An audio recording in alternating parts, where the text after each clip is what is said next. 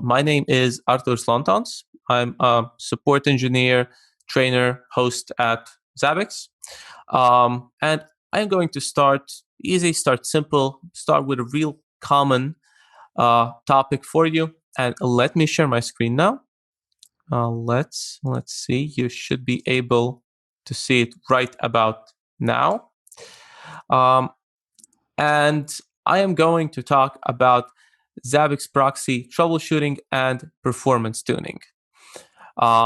So proxies, most of you guys probably use them, and maybe those of you who are running on a medium to large instance are probably have probably also encountered some issues.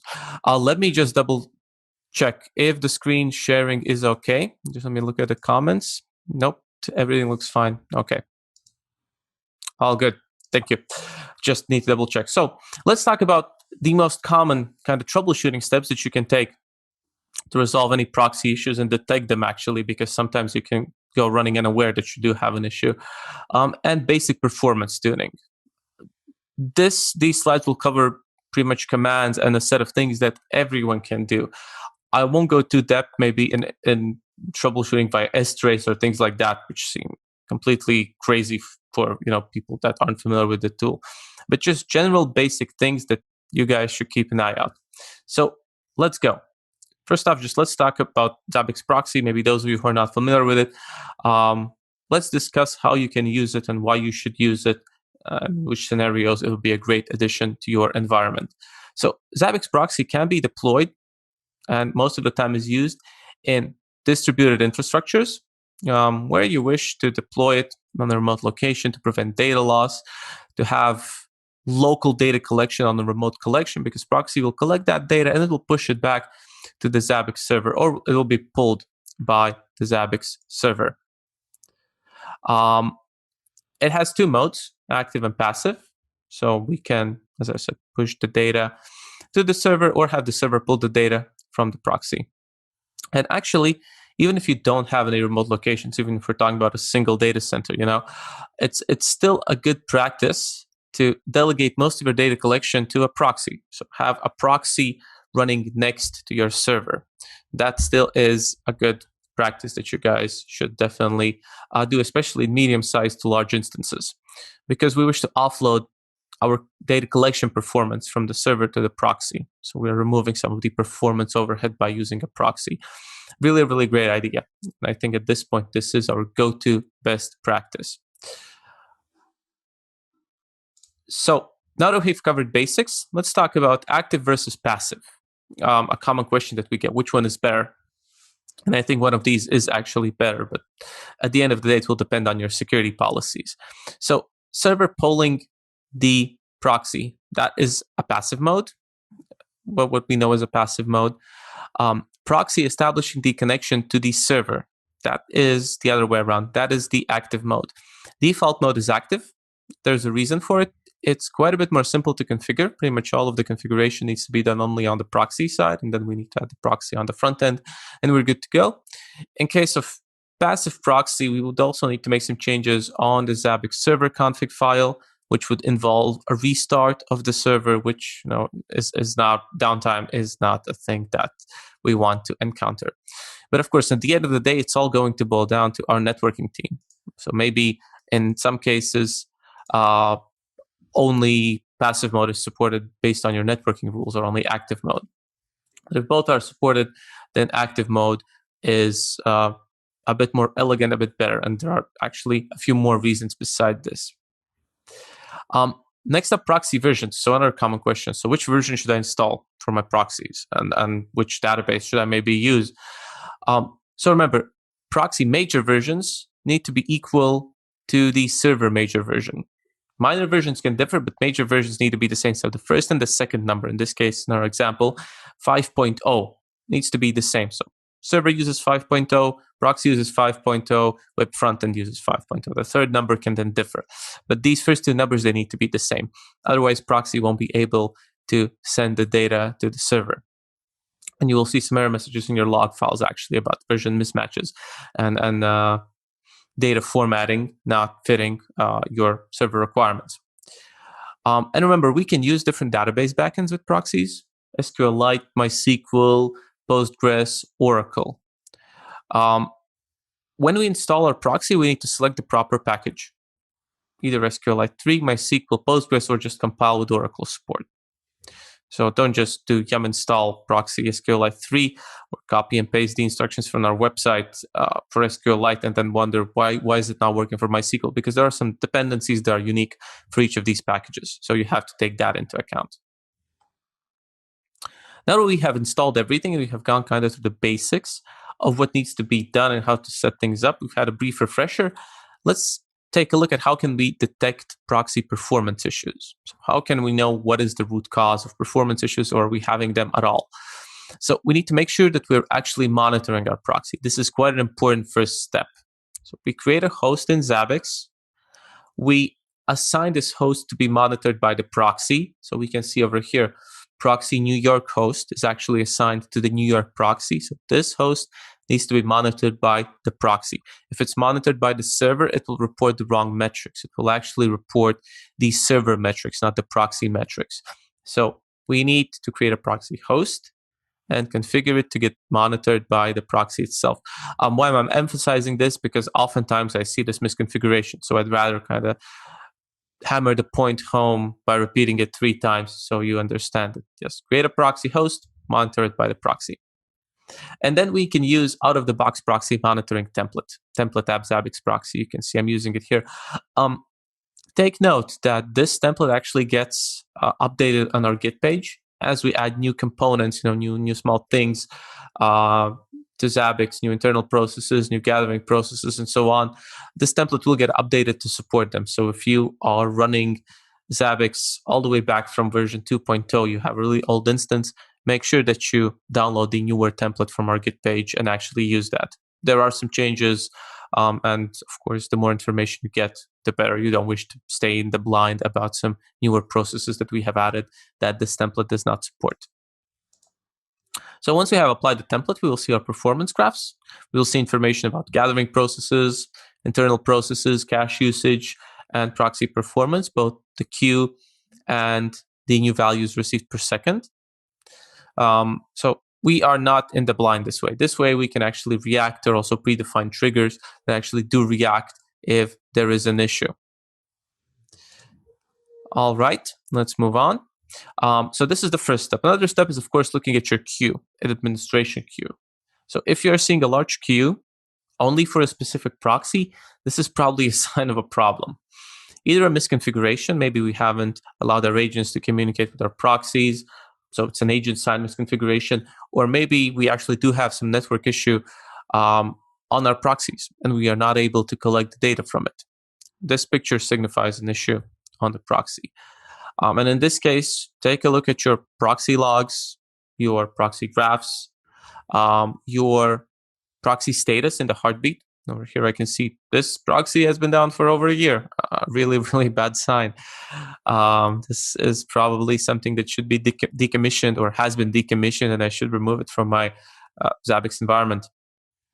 And also, don't forget agent log files, because agent could tell that, hey, proxy is trying to pull me, but it has no rights to do so because it is not permitted in the agent config. So keep an eye out on the agent config also. And of course, server resources. Could be a situation where we're simply trying to monitor way too much on a really small, maybe Raspberry Pi, older version of Raspberry Pi server. So we should use tools such as stop, of course, or SAR. SAR is quite useful for hard drive usage. So here I have an example of a SAR command that you can actually use in your own environment. SAR is a part of a sysstats package. And this here command actually gives us information about our storage performance. Gives us utilization, wait times, queues, input-output operations per second, and so on. And this can actually tell us when something is maybe a bit overloaded, especially if we have longer wait times.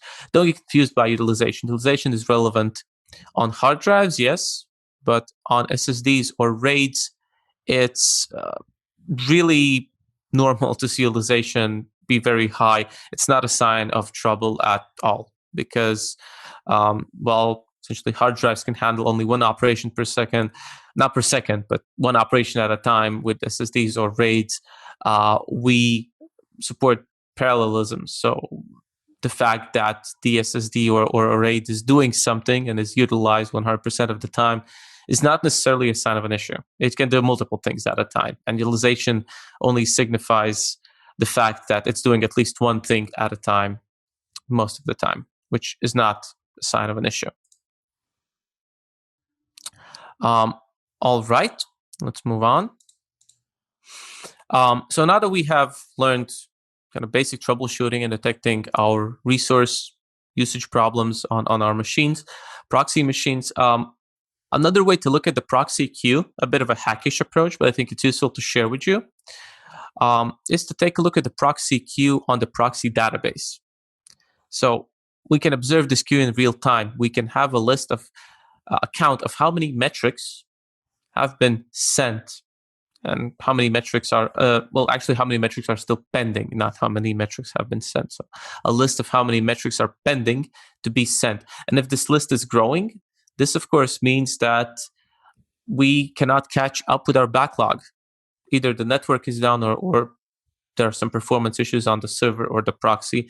We cannot send our backlog in time. More data is getting backlogged than is getting sent. So the result of this query is going to be like so. We're going to get a count. And if this count keeps growing, that is a bad sign. If the network is down, this is to be expected between the proxy and the server. But if everything should be working, but the count still keeps growing, we need to investigate. We need to check if we don't have any spamming items. Thousands of log lines coming per second is a common issue in this case. Network connectivity problems, performance problems on the server. Maybe server is unable to ingest all of this data in time because we have restarted the server after a long downtime or something like that. Then it should resolve over time. But if there are no significant factors regarding performance, any changes that have been made lately, then we need to investigate deeper. Look for a spamming item, look for performance issues on our storage and our database, so on. If this value is decreasing, if it's large but it's decreasing, that means that the proxy is actually catching up with its backlog and it's sending data quicker than it's writing it or collecting it. So then in time, the backlog will get resolved. Don't forget also about configuration frequency. If you make some changes on your hosts, on your items, and you're wondering why aren't they getting applied, by default, these changes get applied once an hour. So config frequency 3600. On active proxies, you can actually force this config reread by executing Zabbix proxy config cache reload. So this is another good reason to use active proxies. And this will essentially pick up all of the configuration changes from the server. But on a passive proxy, the only thing you can do is a proxy restart if you wish to force it, which is not a good idea probably. Otherwise, you have to wait for an hour or however you configure your config frequency. All right, a next quite important step is which database do I select? So let's talk about when to use SQLITE and when to use something more robust. A common question, by the way, which has kind of no clear answer, I think, available publicly. So SQLITE, it's perfect for small instances. It supports embedded hardware. So if I were to run a proxy on a Raspberry or an older just desktop machine, I'd probably use SQLITE. And even actually, embedded hardware aside, on smaller instances, something that's smaller than 1,000 new values per second, but this of course depends on the hardware also, but I'd feel quite comfortable with SQLITE up to around 1,000 new values per second. It should be able to handle it. So in majority of cases, since proxies usually collect less than 1,000 new values per second, this can differ, of course. If your environment is really large, then this can differ. And you could have a case where proxies collect more. But in most of our cases, I'd say it's less than 1,000 new values per second. SQLITE in that case will be fine. In case of SQLITE, there's no need to have additional database preparation, tuning, anything like that. We just point in the proxy config at the location of where the SQLITE file will be located, and that's it. And it's a single file that it's created on the proxy startup, and We can delete it if we want to do data cleanup and so on. It's real simple to manage. If you know how to deal with a file, you know how to deal with SQLITE. But of course, this comes with a set of negatives. If we need something more robust that we can tune, that we can tweak, then SQLITE won't do so. Essentially, if we reach over 1,000 new values per second, then I would consider deploying something more robust. MySQL, Postgres, Oracle. We can use a different database backend if we wish on the proxy than on the server. So server could be using Postgres, proxy could be using MySQL, no problem. Parameters are very similar to the server database parameters in the proxy config file. So we should be familiar with how to configure this. Nothing new, nothing alien out there. We do need to prepare a database beforehand with the proper collation, proper users. Once again, very similar to how we set up the server, and also the schema import. So once again, the command for schema import, the proxy schema import, is very similar to the server import, but it needs to be done. And when it comes to tuning, I'd say the same tuning rules apply on the proxy as for the server. The default parameters of your backend will depend on the version on the backend that you use. So for example, even if we're talking about MySQL, right? Different MySQL versions will have different default parameters. So once again, take a look at MySQL documentation, take a look at what the default parameters are and how you can tune them. For Postgres, I'd suggest using the pgtune online tuner. It's a good starting point. It's not ideal, and you can talk to your database admins and tune this further, but it's a good starting point. So don't just leave your proxy hanging without any tuning. You might encounter issues sooner rather than later. Tune it beforehand, and you'll be good to go. It will be more robust. It will last you quite a bit longer before you need to add any resources and maybe rescale the database config. General performance tuning. So what we can do in the proxy itself without touching the database or doing anything else. So remember, proxy config is very similar to the server config. We still need to take into account our gathering processes, our internal processes, and our cache sizes. All of them need to be tuned. So take a look at your gathering graphs, your internal process graphs, your cache graphs, and see how busy your processes are, how full your graphs are, and adjust accordingly. This is a lot easier to do on the proxy than on the server, since proxy restart is usually quicker and a lot less critical, let's say, a lot less impactful than a server downtime. And of course, these will differ on each of our proxy servers. If on proxy A we are catching SNMP traps, we need to enable SNMP trapper process and configure our trap handler, either Perl or SNMP trap D or anything else. If on another proxy we are doing a lot of ICMP pings, we'll have a lot of ICMP pingers.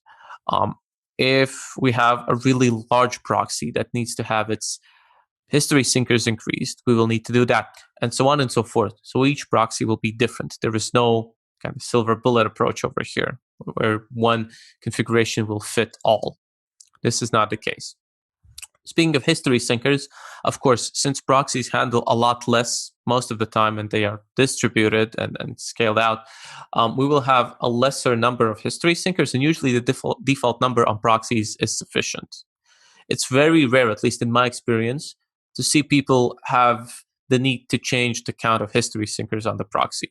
Usually the default fits you just fine and works just fine. So gathering processes and other internal processes and caches is something that you would need to worry instead of history syncers in most cases. Like I said, there are always exceptions to the rule. There is always a person that wants to have there always will be a person that wants to have a single large-scale robust proxy that collects the data from some very critical or very, very large location that has many data points. And sure, that's fine. We still support it. You still have the option to tweak everything and anything.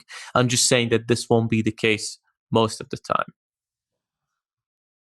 And if database syncers do underperform on a seemingly small instance, chances are it's due to lack of hardware resources. So remember that resource kind of monitoring or just taking a look at your resource usage approach via SAR or TOP or any other tool that you feel comfortable with. Utilize that. Take a look if your hardware resources aren't overloaded. Proxy data buffers. So remember that we can store the data on our proxies, either if the server is offline, or store them in any case. Even if the data has been sent to the server, everything's perfect, we may want to keep our data in proxy database and maybe utilize it by other third-party tools or integrations. That's perfectly fine. It's supported. We have local buffer and offline buffer for how long do we wish to store the data. But remember, for the larger the time window for which we store the data, the larger your database. And this can have a performance impact, of course. So don't just store it for 720 hours and forget about it. Analyze, design. The less resources we utilize, the better the performance, the easier it is to scale up, and so on. And a quick look at another common issue and how this can be resolved: network connectivity troubleshooting. So sometimes we are having network issues between proxies and the servers, either one way or another way. Either server cannot talk to the proxy or proxy cannot talk to the server. A good first step would be to test telnet connectivity to or from a proxy and also time it, maybe. Also time your pings. Pings is another great thing to do, just basic troubleshooting, and also time them. See how long pinging takes or how long establishing telnet connection takes. And this could point you towards network latency issues, generally slow networks, network outages, and so on. And don't forget, something very common is we do have cases where we are the support team. We spend something like maybe 10 hours or like all in all 10 man hours troubleshooting an issue. And at the end, it boils down to a load balancer or a traffic inspector, IDS or firewall tool. That's kind of breaking the connection from time to time.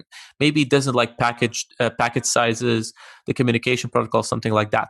A great way to troubleshoot this would be, so if you have a set of proxies that have this connectivity problem, from time to time the network connectivity drops, no idea why. Bring up another proxy that has no load balancers, no traffic inspectors, no nothing in between, and ideally do it on the same network as the problematic proxies and compare. Does this proxy have any issues? Is it experiencing these troubles? Or once we remove the load balancers, IDSs, firewall tools, once we do that, does the issue resolve?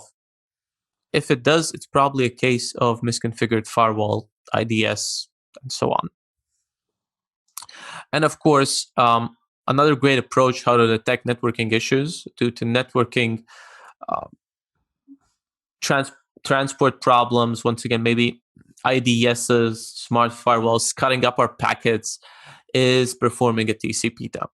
Of course, if you're seeing many retransmits, as I'm seeing here, it could be a sign of network issues. It really depends. Sometimes, like, failure is a natural part that happens in network transport. If you're seeing just a few of them, if we open Wireshark and there are just a couple of retransmits here and there, but nothing too crazy, it's probably nothing. It's probably not the root cause. But if everything's essentially red, if the majority of our packet capture result is red with duplicate packets, retransmits, acknowledges without data packets being received or something like that, some weird behavior like that, it's probably a sign, most likely, of network issue. And ideally, we could take a look at this packet capture and correlate it with our proxy log file. And that way we'll be able to figure out, do these error messages in our proxy log file or server log file, depending, like I said, on the type of communication, active or passive, do these errors in the log files, these networking errors, do they correlate with issues from the packet capture side? If so, we can be quite sure that networking issue is at fault here, and then we need to figure out what is causing these networking issues. As I said before, IDSs, load balancers, just a shoddy network that's not reliable at all, or is it something else? And that will be all from my side. So thank you, guys. I will take a quick look at the Q&A section. Not seeing any questions. Let's take a look at the comments in the chat over here. So we are seeing questions about, are we going to get the PowerPoint slides? Yes, these presentations will be available. They will be available for you so you can follow these commands, and that's why we make them like this. I will stop my screen share, by the way. That's why we make them this way with commands in them and use cases and examples. So you can then later on download the slides and actually use the commands in the slides, copy and paste them, and troubleshoot your own environment. So yes, they will be available. Okay, that will be it for me. Thank you, guys.